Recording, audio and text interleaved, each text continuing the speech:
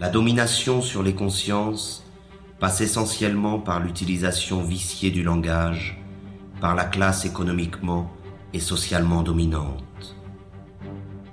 Étant détenteur de l'ensemble des moyens de communication, le pouvoir diffuse l'idéologie marchande par la définition figée, partielle et partiale qu'il donne des mots. Les mots sont présentés comme neutres et leur définition comme allant de soi. Mais sous le contrôle du pouvoir, le langage désigne toujours autre chose que la vie réelle. C'est avant tout un langage de la résignation et de l'impuissance, le langage de l'acceptation passive des choses telles qu'elles sont et telles qu'elles doivent demeurer. Les mots travaillent pour le compte de l'organisation dominante de la vie, et le fait même d'utiliser le langage du pouvoir nous condamne à l'impuissance. Le problème du langage est au centre du combat pour l'émancipation humaine. Il n'est pas une forme de domination qui se surajoute aux autres. Il est le cœur même du projet d'asservissement du système totalitaire marchand. C'est par la réappropriation du langage, et donc de la communication réelle entre les personnes, que la possibilité d'un changement radical émerge de nouveau. C'est en cela que le projet révolutionnaire rejoint le projet poétique. Dans l'effervescence populaire, la parole est prise et réinventée par des groupes étendus. La spontanéité créatrice s'empare de chacun et nous rassemble tous.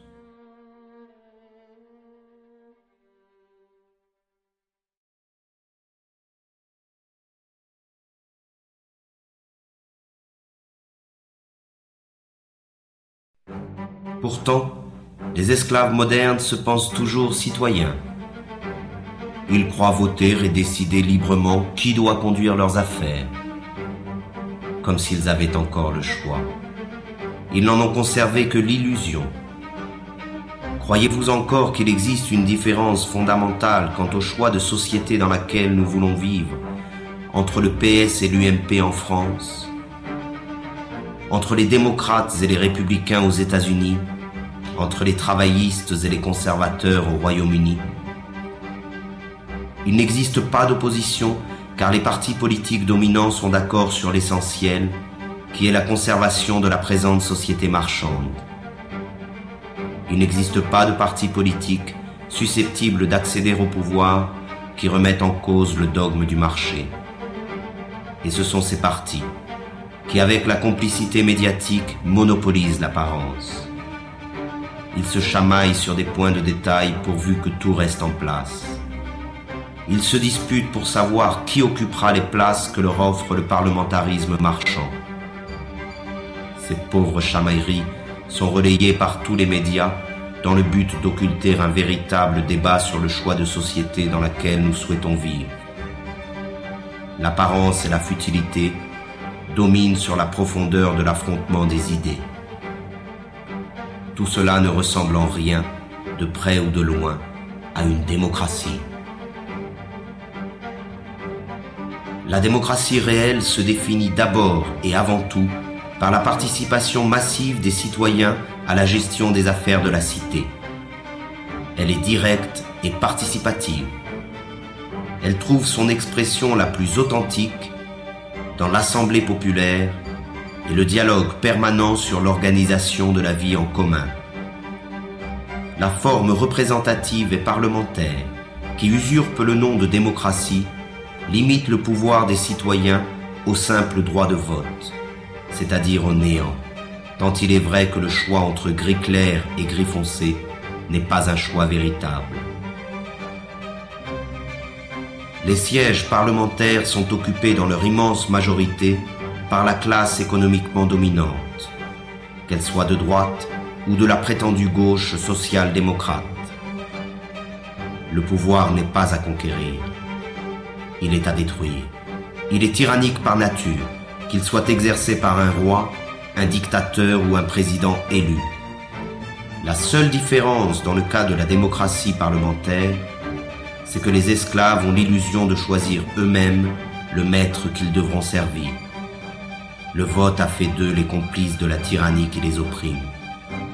Ils ne sont pas esclaves parce qu'il existe des maîtres, mais il existe des maîtres parce qu'ils ont choisi de demeurer esclaves.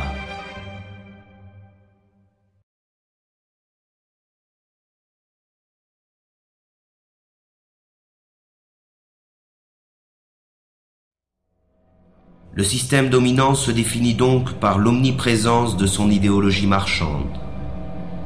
Elle occupe à la fois tout l'espace et tous les secteurs de la vie. Elle ne dit rien de plus que produisez, vendez, consommez, accumulez. Elle a réduit l'ensemble des rapports humains à des rapports marchands et considère notre planète comme une simple marchandise. Le devoir qu'elle nous impose est le travail servile. Le seul droit qu'elle reconnaît est le droit à la propriété privée. Le seul Dieu qu'elle arbore est l'argent. Le monopole de l'apparence est total. Seuls paraissent les hommes et les discours favorables à l'idéologie dominante. La critique de ce monde est noyée dans le flot médiatique qui détermine ce qui est bien et ce qui est mal, ce que l'on peut voir et ce que l'on ne peut pas voir.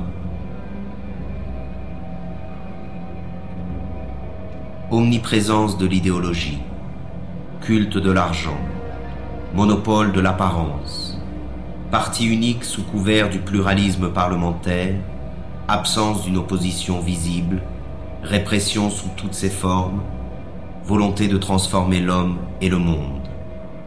Voilà le visage réel du totalitarisme moderne, que l'on appelle démocratie libérale, mais qu'il faut maintenant appeler par son nom véritable, le système totalitaire marchand. L'homme, la société et l'ensemble de notre planète sont au service de cette idéologie.